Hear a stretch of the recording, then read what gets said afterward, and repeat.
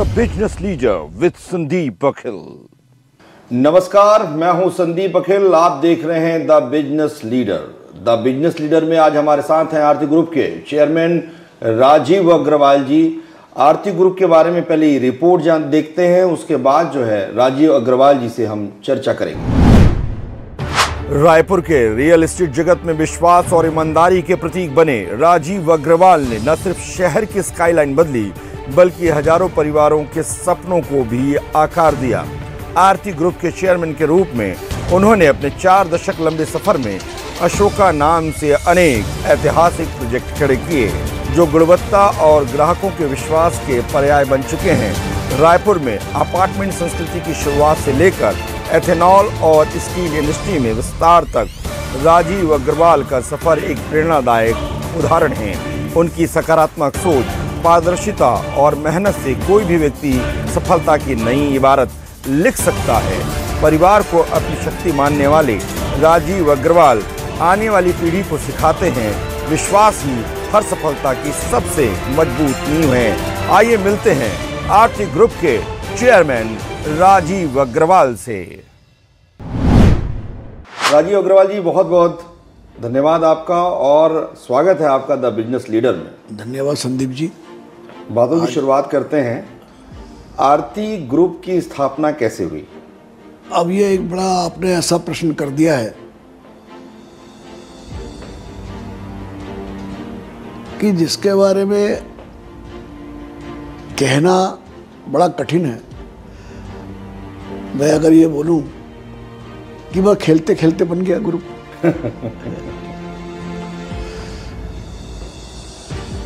मैं बहुत ही कहना चाहिए लोअर मीडियम परिवार से आता हूं और एक टाइम तो ये स्थिति थी कि एक टाइम भोजन है तो दूसरे टाइम बनेगा कि नहीं बनेगा ये भी अब नहीं मालूम था। पिताजी फ्रीडम फाइटर रहे, दादी दादा सब फ्रीडम फाइटर रहे, चाचा जी जो थे देवेंद्र स्वरूप जी वो संघ के प्रचारक थे। तो घर का जो वातावरण था, हालांकि पूरा जो परिवार जो था वो व्यापार से संबंधित था, व्यापार था हम लोगों का, लेकिन उसके बाद झंझावतों से निकलते हुए परिवार हमारा जो है वो स्वतंत्रता संग्राम में एक्टिव हुआ, उसमें कूदा और कूदने के बाद में व्यापार भी तहस नहस हुआ। कई बार जेल जाना, वापस आना, फ्रीडम फाइटर स्वतंत्रता के लिए, आज़ादी की लड़ाई लड़ने के लिए, और करते करते एक स्थिति ये भी आई। तो मैंने व्यापार शुरू करने से पहले नौकरी करी। मैंने हायर सेकेंडरी ग्वालियर से करी, उसके बाद दिल्ली चला गया और चाचा जी के पास रहते हुए दिल्ली यूनिवर्सिटी से ग्रेजुएशन की और फिर नौकरी करने के लिए मुंबई चला गया। अच्छा। कंप्यूटर से मैंने अपना स्टार्ट किया जीवन एज ए ट्रेनी प्रोग्रामर। फिर एक टेक्सटाइल मिल में सेल्स मैनेजर बना, एक दूसरी टेक्सटाइल मिल में फिर मार्केटिंग मैनेजर बना और वहाँ से फिर रायपुर के अंदर मैंने कपड़े का होलसेल का काम शुरू किया। ये कौन से सन की बात होगी? ये 87 की, 87 की जी। लेकिन चूंकि मैं राजनीति में भी था, राजनीति मेरे खून के अंदर समाई हुई है और अधिकतर समय उसमें देने लग गया, मंडल अध्यक्ष बन गया। तो एक ऐसे व्यवसाय की मेरे को आवश्यकता थी जिसमें समय कम देना पड़े लेकिन मेरा काम चलता रहे। तो रियल एस्टेट की तरफ झुकाव हुआ। अच्छा। अब रियल एस्टेट की तरफ जब झुकाव हुआ तो मेरे अकेले के बस का था नहीं, मेरे पास तो इतना पैसा भी नहीं था। तो मेरे को लगा कि भाई कुछ लोगों को साथ में लेकर चलना चाहिए। तो हमने 5 लोगों का एक ग्रुप बनाया। ये बात है 90 की जी।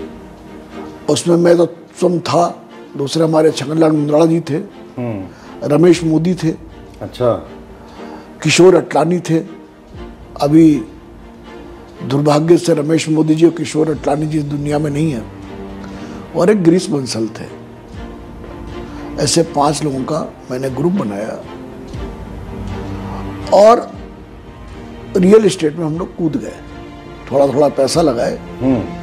हमने उस समय जो फार्म हाउस चलते थे 24 डेसिमल के चलते थे, 91 में 1 जनवरी 91 में हमने स्टार्ट किया। कचना में बनाए वो 40 एकड़ के अंदर। उसके बाद में एक लाभांडी में आपने वो रोमेंस व्यू वगैरह देखा होगा, वहां पर वो हम लोगों का ही प्रोजेक्ट था। अच्छा। वहां पे एक 90-100 एकड़ में वहां पे हमने लॉन्च किए। तो दिग्विजय सिंह की सरकार थी, उसके बाद आई, और उसमें सुभाष यादव नगरीय प्रशासन मंत्री थे। बिल्कुल, हाँ। उन्होंने जो है एक आवास पर्यावरण के नाते एक बिल लेकर के आए कि अब कोई भी फार्म हाउस भी 1 एकड़ से कम के नहीं कटेंगे। तो हमको लगा कि यहाँ पे 1 एकड़ का फार्म हाउस तो बिकेगा नहीं, और हमने ध्यान दे दिया। और ये भी हम लोगों का यही पहले से हमने निर्णय कर लिया था कि कोई भी काम इलीगल नहीं करेंगे, है ना। तो हमने अशोका टावर 92 में हमने बनाना शुरू किया, 91-92 में। और अशोका टावर से हमको रियल एस्टेट में ख्याति मिली, गुडविल मिली। स्टार्टिंग में बहुत तकलीफें आई उसमें, लेकिन उसके कारण हमारा को रियल एस्टेट में बाकी जो हम बाद में प्रोजेक्ट लाते गए, हाँ। जैसे अशोका पार्क लाए। अशोका पार्क में कुल मिला के 64 यूनिट्स हैं, जिसमें 24 बंगले हैं और बाकी सब फ्लैट्स 15 दिन में सेल आउट हो गए। जबकि अशोका टावर में हमको लास्ट तक नहीं बिके थे। उसके बाद अशोका हाइट्स लाए तो मालूम पड़ा 15 दिन में 100 फ्लैट्स बिक रहे हैं। तो हम लोगों की जो गुडविल थी उसके बारे में सबको ये मालूम था कि ये जो बोलेंगे वो करेंगे, और जितना बोलेंगे उससे अधिक करके देंगे। तो ये गुडविल हमारी तब से जो बनी है वो आज तक हमारी चल रही है, और जिसके कारण ये अशोका ग्रुप बन करके आया।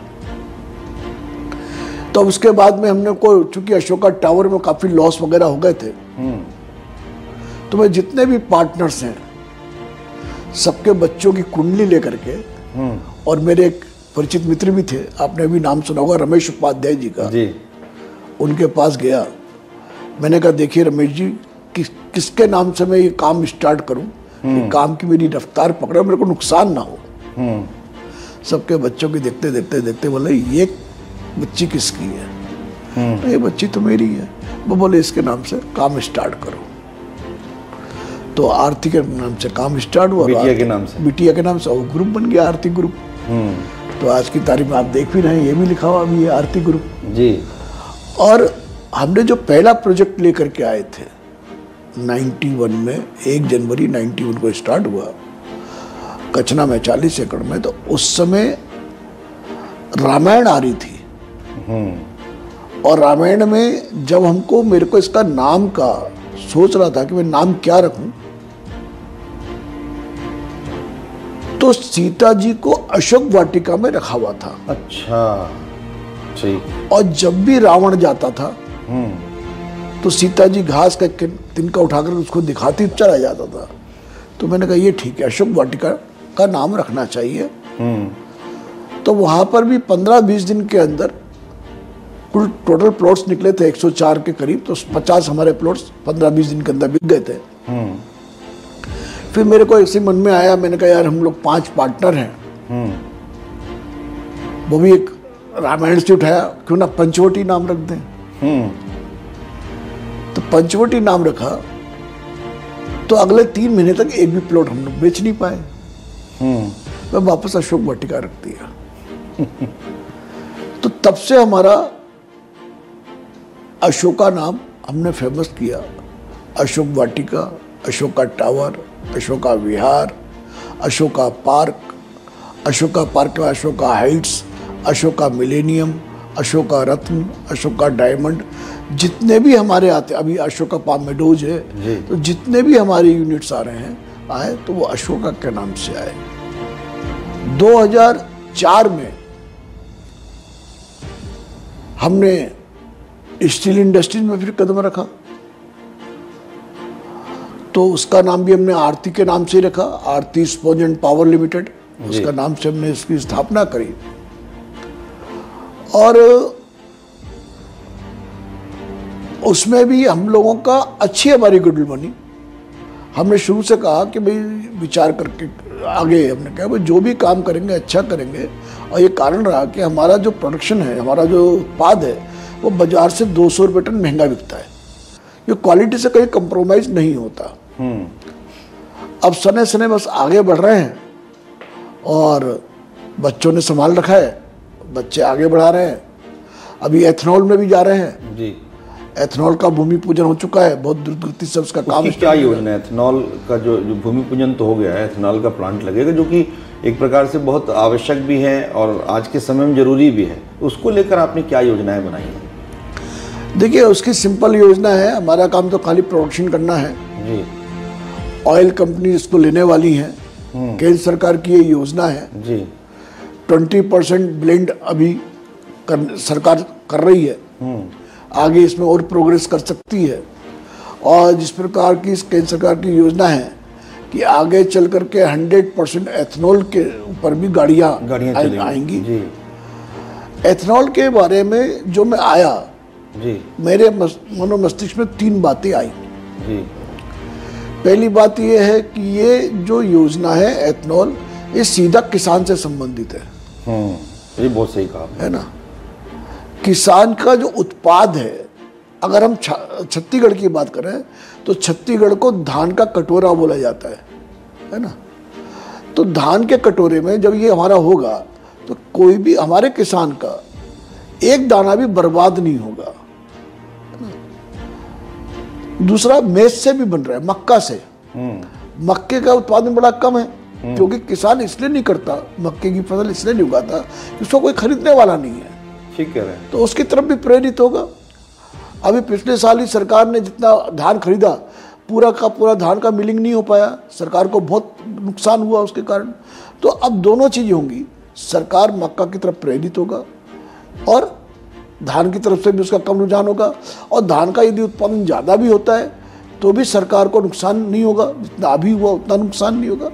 और एक अच्छा उत्पाद बाजार में आएगा। दूसरा चीज है कि ऑयल के लिए, क्रूड ऑयल के लिए अभी हमारे को केंद्र सरकार को, हमारे यहाँ की ऑयल मिलों को विदेशों पर निर्भर होना पड़ता। सही कहा है ना। अभी देखा, ट्रंप ने 50% टैरिफ लगा दिया। उसके पीछे एक ही चीज है कि आप रूस से माल क्यों ले रहे हो, कच्चा तेल क्यों खरीद रहे हो। ठीक कह रहा है ना। एक ही बात कर रहे हैं। तो जैसे जैसे एथेनॉल का ब्लेंडिंग होगा, हमारा जो डिपेंडेंस है विदेशों के ऊपर वो भी कम होगी। तीसरी चीज है फॉरेन करेंसी। आज जितना भी हम क्रूड ऑयल को लेते हैं उसको डॉलर के रूप में पेमेंट करना पड़ता है। तो डॉलर से भी, वो स्थिति से भी सरकार, हमारी केंद्र सरकार बचेगी। तो इसके पीछे ये 3 मेरे मुख्य उद्देश्य हैं जिसको लेकर के मेरे को प्रेरित हुआ कि भाई राष्ट्र भावना, राष्ट्र के प्रति एक समर्पण के भाव से ये हमारा वो है। इसमें ये जरूरी है कि तेजी मंदी कुछ नहीं मिलने वाली, एक रूटीन चाल है ये, है ना। आना है, डालना है, एक फिक्स रेट है, उसी फिक्स रेट पे आपको देना है। तो ये आपका एक, लेकिन इसके पीछे देश के प्रति आपका एक योगदान जो होना चाहिए वो हमारा होगा। आरती ग्रुप और कौन कौन से नए प्रोजेक्ट आने वाले समय में ला रहे हैं? अभी हम लोगों ने, हमारा शुरू हो गया है 70 मेगावाट का पावर प्लांट सोलर का जी। हालांकि वो हमारा जो है इंटीग्रेटेड है, उसकी जो जितनी भी हमारी पावर बनेगी वो सीधा का सीधा हमारी फैक्ट्री में जाएगी। क्या नाम है, जो हमारा स्टील प्लांट है उसमें जाएगा। एक हम 10 मेगावाट का और पावर प्लांट लगा रहे हैं, वहीं पे लगा रहे हैं, आरती स्पंज में ही बना रहे हैं, स्टील में ही। वो हमारा पूरा का पूरा जो है, जो भूसी निकलती है चावल की, बायोमास वाला है, तो वो भी उसी के अंदर है। अभी हमने उसको, हमारा जो स्टील प्लांट है उसमें हम लोग सरिया, हमारा जो TMT सूरवीर के नाम से हमने बाजार में फेंक दिया है। और काफ़ी अच्छा उसका प्रतिशत मिल रहा है, क्योंकि हमारी क्वालिटी जो है बहुत अच्छी क्वालिटी है, जिसको हम क्वालिटी से, जैसे मैंने आपको बताया कि क्वालिटी से हम कहीं कंप्रोमाइज़ नहीं करते, तो बहुत अच्छी क्वालिटी है। हम लोग अपनी जो बिल्डिंग है, जो हमारी 12-12, 14-14 माले की जो बिल्डिंग बन रही है, उसमें भी हम लोग अपना ही TMT इस्तेमाल कर रहे हैं। शूरवीर TMT के बारे में आपने बताया, शूरवीर TMT को लेकर जिस तरीके से कम समय में शूरवीर TMT ने मार्केट में जगह बनाई है, तो उसके लिए कुछ प्लानिंग किया था आप लोगों ने? देखिए, मैं समझता हूँ प्लानिंग एक ही होती है किसी भी बिजनेस के लिए। मार्केटिंग अपनी जगह है, सेल्समैनशिप अपनी जगह है। अभी जो उपभोक्ता है, जो हमारा कस्टमर है, वो पहले जैसा उपभोक्ता नहीं है। वो अपने प्रति बहुत, कहना चाहिए उसको, बहुत रहता है कि आश्वास देता है, अच्छी चीज़ खरीदना, उसका झुकाव जो रहता है, अच्छे से अच्छी चीज़ मैं कैसे खरीदूं, ये उसकी चेष्टा रहती है।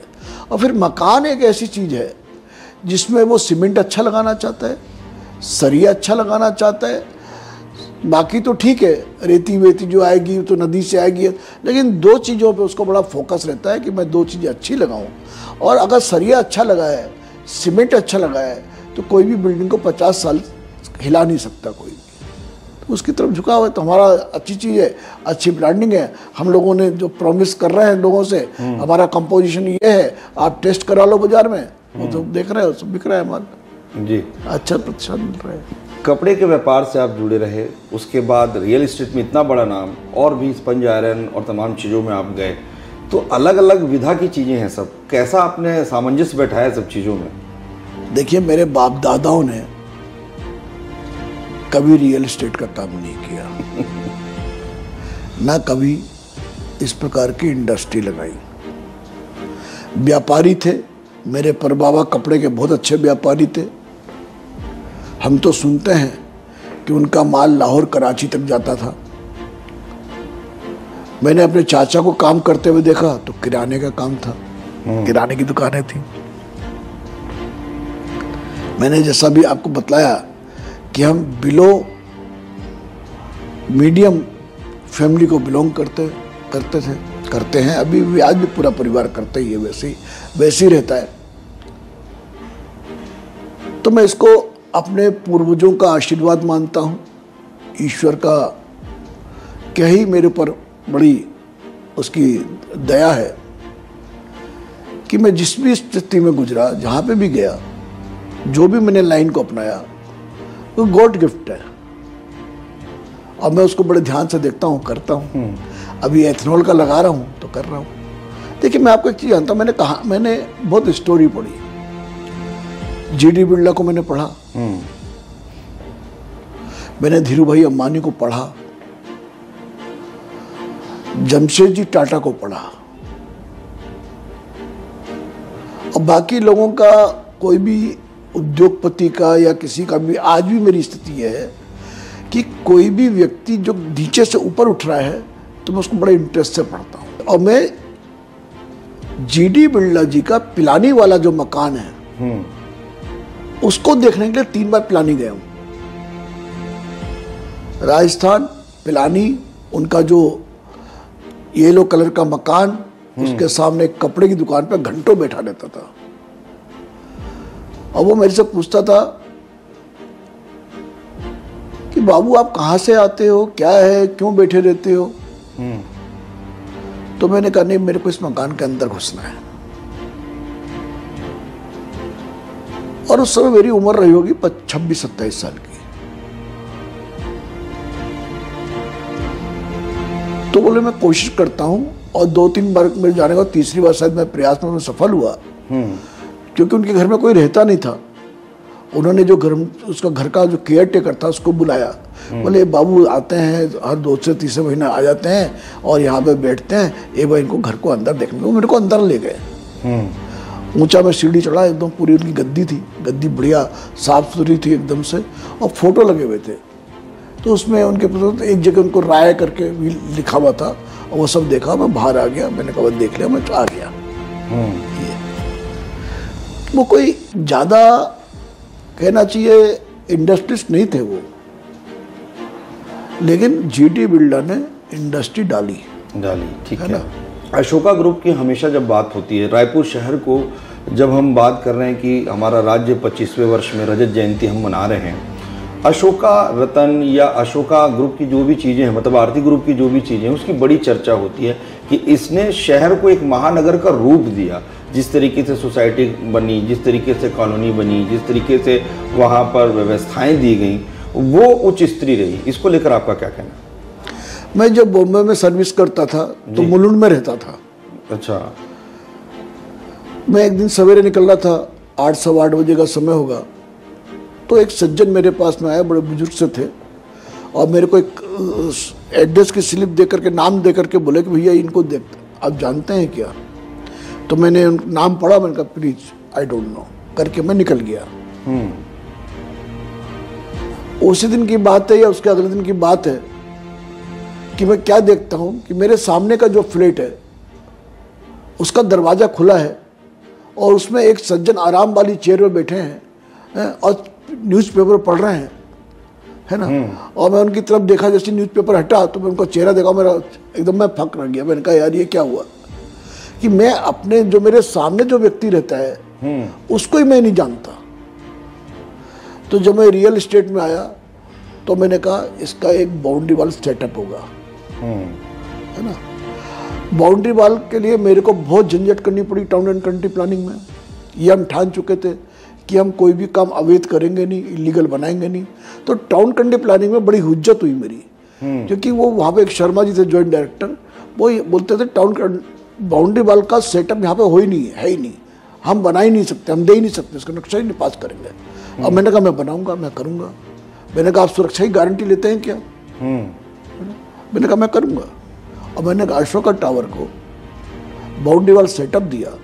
दूसरा मैंने डिसाइड किया कि रेजिडेंशियल मतलब रेजिडेंशियल, नो कॉमर्शियल, है ना। कॉमर्शियल को होगा तो हम अलग से बनाएंगे, लेकिन रेजिडेंशियल के नीचे कॉमर्शियल को शामिल नहीं करेंगे। ऐसा नहीं बनाएंगे कि नीचे कॉमर्शियल है ऊपर रेजिडेंशियल है, उसमें बहु बेटियों की सुरक्षा समाप्त हो जाती है। बिल्कुल ठीक कह रहे हैं जी।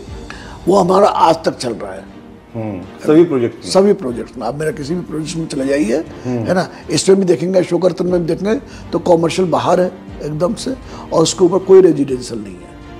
तो वो मेरा आज तक वो हमारा निर्णय चल रहा है। भविष्य में मालूम नहीं कि सब, क्योंकि अब सब बच्चे संभाल रहे हैं वो क्या करेंगे, लेकिन अभी तक ये मेरा 35 साल का हम लोगों का ये इसकी जो भी स्टोरी है, हिस्ट्री है, उसमें अभी तक हम लोगों ने इसको एक उपाय किया। तीसरा चीज, सांस्कृतिक कार्यक्रम होते रहने चाहिए, है ना। इस पे तो बहुत जोर देते हैं आप। हाँ, सांस्कृतिक कार्यक्रम से पारिवारिक संबंध बनते हैं, एक दूसरे को पहचानते हैं। तो मैंने जो इस स्थिति का सामना किया वो इस स्थिति का सामना नहीं करना पड़ता। आप CSIRDC के भी अध्यक्ष हैं, एक बड़ी भूमिका है कि कैसे छत्तीसगढ़ जो है उद्योग जगत में आगे बढ़े, कैसे जो हमारे उद्योगपति हैं, जो उद्यमी हैं, उनको जो है सरल मार्ग से, सही तरीके से उनका काम हो, और व्यापार जब उन्नति करता है तो कोई भी राज्य आगे बढ़ता है। तो उस भूमिका में, सेतु की भूमिका में आप हैं, तो इस भूमिका को आप कैसे लेते हैं?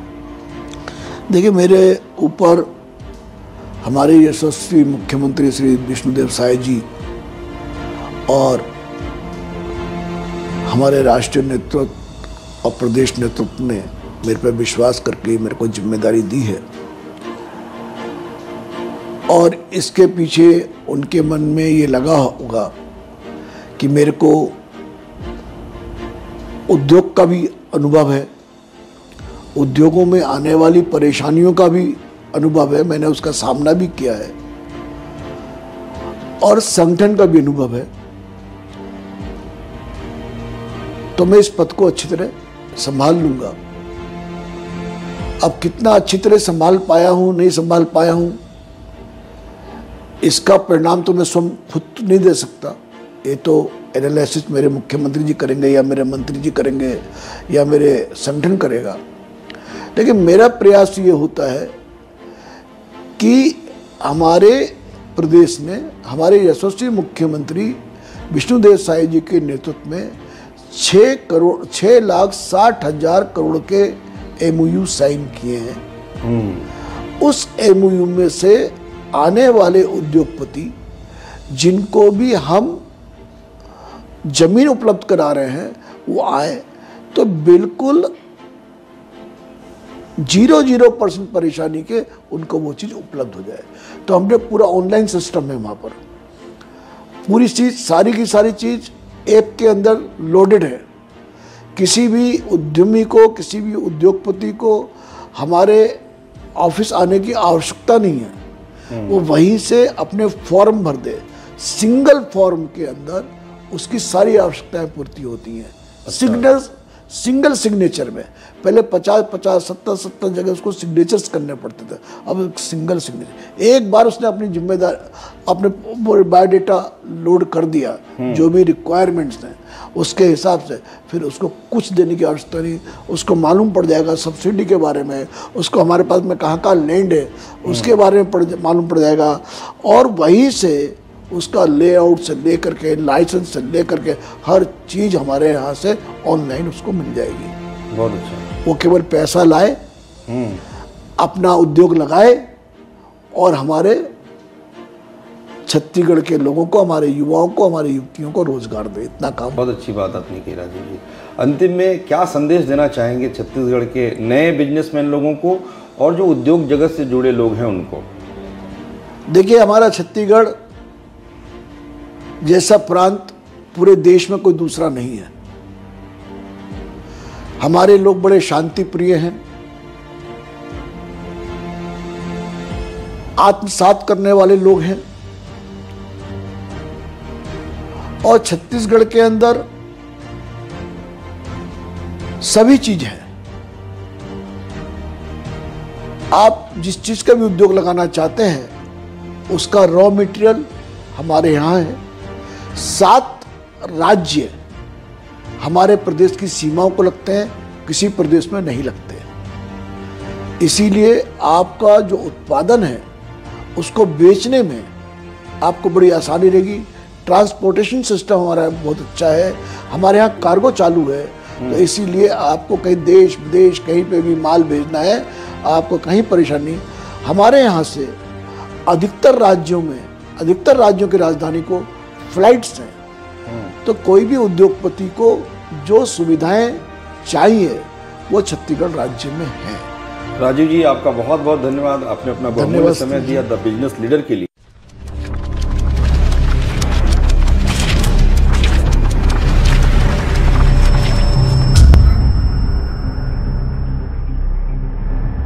The business